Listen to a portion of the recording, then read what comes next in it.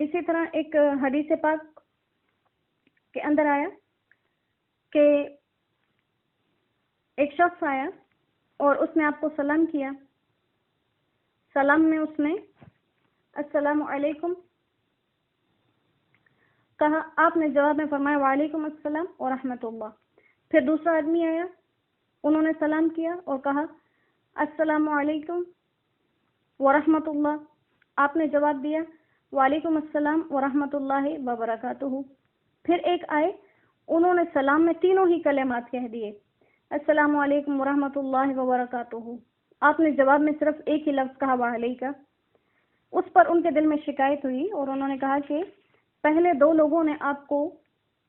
کلمات جو کہے آپ نے ان پر اضافہ کیا, اور جب میں نے کہا تو آپ نے بجائے اضافہ کرنے کے مجھے ایک ہی لفظ سے جواب دے دیا. تو آپ نے فرمایا کہ تم نے ہمارے لیے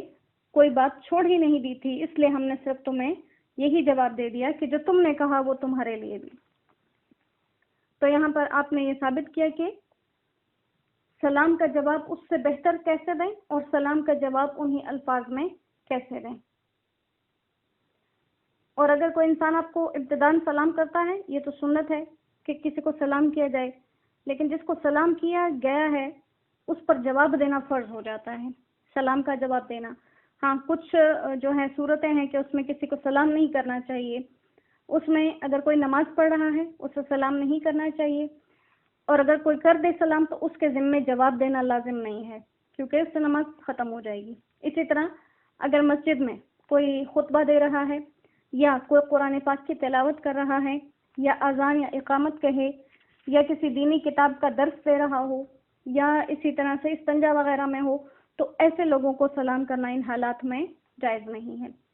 پھر فرما دیا کہ ان اللہ کان علی کل شیء حسیبا, اللہ ہر چیز کا حساب لینے والے ہیں, چاہے اس میں انسان کے انسانی حقوق ہوں یا اسلامی حقوق ہوں, ان سب کا حساب اللہ سبحانہ و تعالی لیں گے. اور صحابہ کرام کو یہ سلام اتنا پسند تھا, اور یہ سلام اللہ کا نام ہے, تو بار بار اللہ کا نام لینے سے کتنی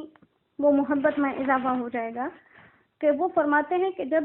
ہم کبھی کسی سفر پر جا رہے ہوتے تھے اور دو لوگوں کے درمیان میں کوئی بڑا سا پتھر آ جاتا یا کوئی درخت آ جاتا,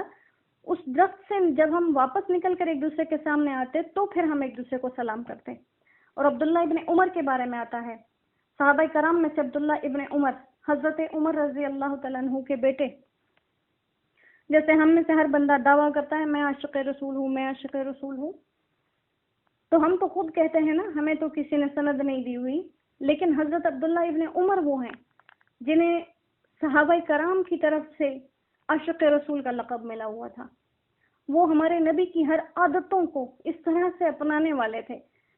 کسی چیز کے بارے میں پتہ چلتا حضور نے یہ بات ایسے کہی ہے فوراً سے اس کے اوپر عمل کر دیتے. تو وہ کیا کرتے, کبھی کبھی انہیں کوئی بھی کام نہیں ہوتا تھا, بازار چلے جاتے, وہاں بیٹھ جاتے اور آنے جانے والوں سے مصافحہ اور سلام کرتے رہتے, صرف اس بات کو پورا کرنے کے لیے, سلام کی فضیلت کو حاصل کرنے کے لیے.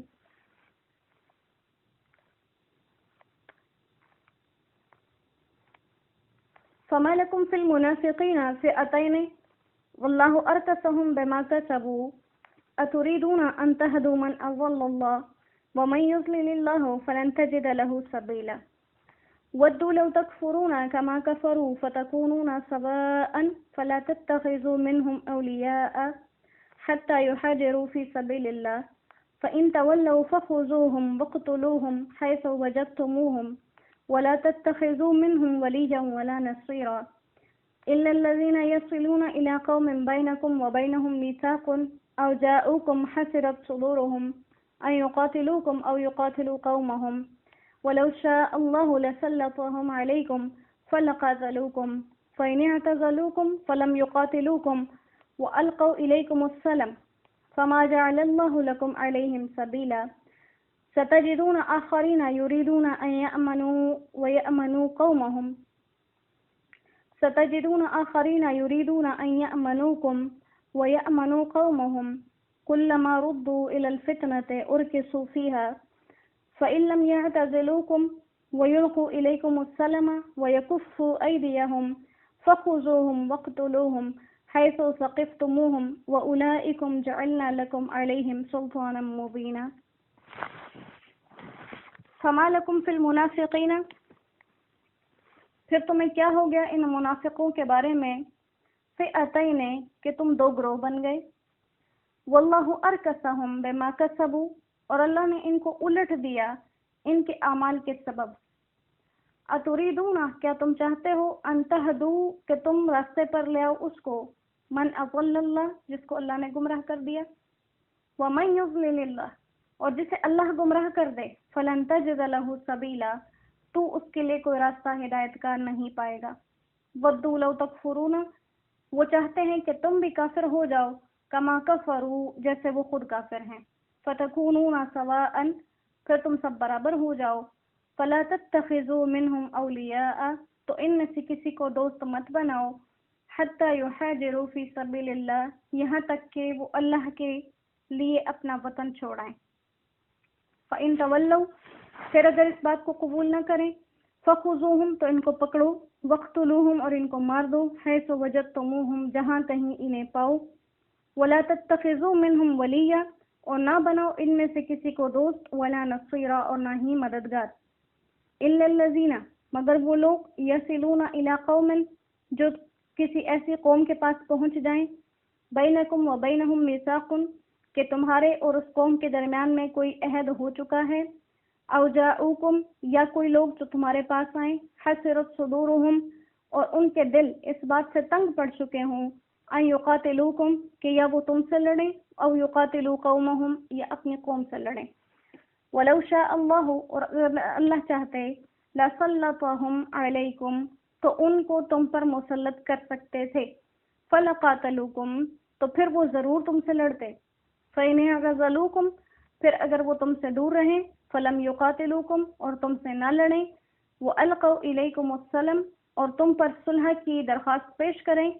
فَمَا جَعَلَ اللَّهُ لَكُمْ تو اللہ نے نہیں دیا تمہیں، عَلَيْهِمْ سَبِيلًا ان پر کوئی راستہ، سَتَجِدُونَ آخَرِينَ تم دیکھو گے ایک اور قوم ہے، یریدون جو چاہتے ہیں، ان یأمنوکم کہ امن میں رہیں تم سے بھی، وَيَأْمَنُوا قَوْمَهُمْ اور اپنی قوم سے بھی، کلما ردو لیکن جب کبھی لوٹائے جاتے ہیں، الی الفتنۃ فتنہ کی طرف، ارکسوا فیہا تو اس میں واپس لوٹ جاتے ہیں، فإن لم یعتزلوکم اگر وہ دور نہ رہیں تم سے، ویلقوا الیکم السلم اور تم پر صلح کی درخواست پیش نہ کریں، ویکفوا ایدیہم اپنے ہاتھوں کو نہ روکیں، فخذوہم انہیں پکڑو، وقتلوہم انہیں مار دو، حیث ثقفتموہم جہاں کہیں تمہیں ملے، وَأُولَئِكُمْ یہ وہ لوگ ہیں، جعلنا لکم کہ ہم نے دے رکھا ہے تمہیں، علیہم ان لوگوں کے متعلق، سلطانا مبینہ واضح اجازت، کھلی سند۔ مکمل رکوع ہے اور اس کے اندر 3 قسم کے فرقوں کا ذکر ہے اور ان کے لیے 2 قسم کی سزائیں ہیں۔ 3 قسم کے فرقے، پہلا فرقہ وہ ہے جو لوگ کہ ہجرت کی جنہوں نے، کیونکہ اسلام کے شروع میں ہجرت فرض تھی، تو اسلام شروع ہوا، یہ لوگ ہجرت کی طاقت رکھتے تھے اور طاقت کے باوجود ہجرت نہ کی، یا ہجرت تو کر لی لیکن واپس دارالاسلام سے نکل کر اسی جگہ چلے گئے جو مسلمانوں کے دشمنوں کا علاقہ ہے۔ پہلا فرقہ ہو گیا کہ ہجرت کی شرط کے باوجود ہجرت نہیں کی، یا ہجرت کی ایک دفعہ واپس کافروں کے پاس چلے گئے، تو ثابت کیا ہوا کہ گویا یہ اپنے اسلام کے دعوے سے واپس نکل گئے۔ دوسرا وہ لوگ جو مسلمانوں سے خود بھی جنگ نہ کریں، اور یا ایسے لوگوں سے معاہدہ کر لیں جو مسلمانوں کے ساتھ جنگ نہیں کر رہے، یا خود بذات خود مسلمانوں سے جنگ نہ کرنے کا معاہدہ کریں، یا کسی ایسی دوسری قوم سے معاہدہ کر لیں جو مسلمانوں سے نہیں لڑتے۔ تیسرا وہ گروہ جو وقتی طور پر تو کسی غرض سے صلح کر لیں، اور جب بھی انہیں کوئی مسلمانوں کے خلاف جنگ کی دعوت دے تو فوراً اس جنگ میں شریک ہو جائیں اور اپنے عہد پر قائم نہ رہیں۔ یہ 3 قسم کے فرقے ہیں، ان کے لیے سزائیں 2 طرح کی ہیں، کیونکہ پہلے لوگوں اور تیسرے قسم کے لوگوں کا حال ایک ہی ہے جو مسلمانوں کو نقصان ہی پہنچا رہے ہیں، تو ان کو کہا گیا کہ ان 2 قسم کے لوگوں کے لیے پکڑ دکڑ بھی ہے اور قتل بھی ہے، جہاں کہیں ملے انہیں قتل کر دو، انہیں پکڑ لو، انہیں سزائیں دو۔ اور جو دوسرا فرقہ ہے جو خود بھی جنگ نہیں کر رہے یا کسی ایسے قوم کے ساتھ مل گئے جو مسلمانوں سے جنگ نہیں کر رہے، تو ان کو ان کے ساتھ قتل و قتال کی اجازت نہیں دی گئی ہے۔ اور یہ لوگ کون تھے، اس کے بارے میں دو تین قسم کے اقوال آئے ہیں۔ پہلا قول یہ ہے کہ مکہ سے کچھ لوگ جو منافقین تھے اصل میں اور مشرکین مکہ میں سے تھے، وہ مدینہ آ گئے اور انہوں نے اپنے آپ کو مسلمان ظاہر کیا کہ ہم مسلمان ہو کر آئے ہیں، پھر واپس مرتد ہو گئے اور حضور صلی اللہ علیہ وسلم سے بہانہ کیا کہ ہم سامان تجارت لانے کے لیے مکہ جا رہے ہیں۔ وہ مکہ چلے گئے اور پھر واپس نہیں آئے، تو ان کے بارے میں مسلمانوں کی دو رائے ہو گئی۔ بعض نے کہا یہ کافر ہو گئے ہیں اس لیے واپس نہیں آ رہے، بعض نے کہا کہ یہ مومن ہو گئے ہیں۔ اس پر آیت اللہ سبحانہ و تعالیٰ نے نازل کر دی، جس سے پتہ چل گیا کہ یہ لوگ مسلمان نہیں ہیں، کیونکہ اللہ نے فرمایا فَمَا لَكُمْ فِي الْمُنَافِقِينَ فِئَتَيْنِ، تمہیں کیا ہو گیا ہے کہ ان منافقین کے بارے میں دو فرقے ہو گئے۔ اور منافق کا مطلب یہ نہیں تھا کہ وہ اوپر سے مسلمان تھے، یہ پکے کافر ہی تھے، لیکن ظاہری حال کے احوال سے ان کو منافق کہہ دیا گیا۔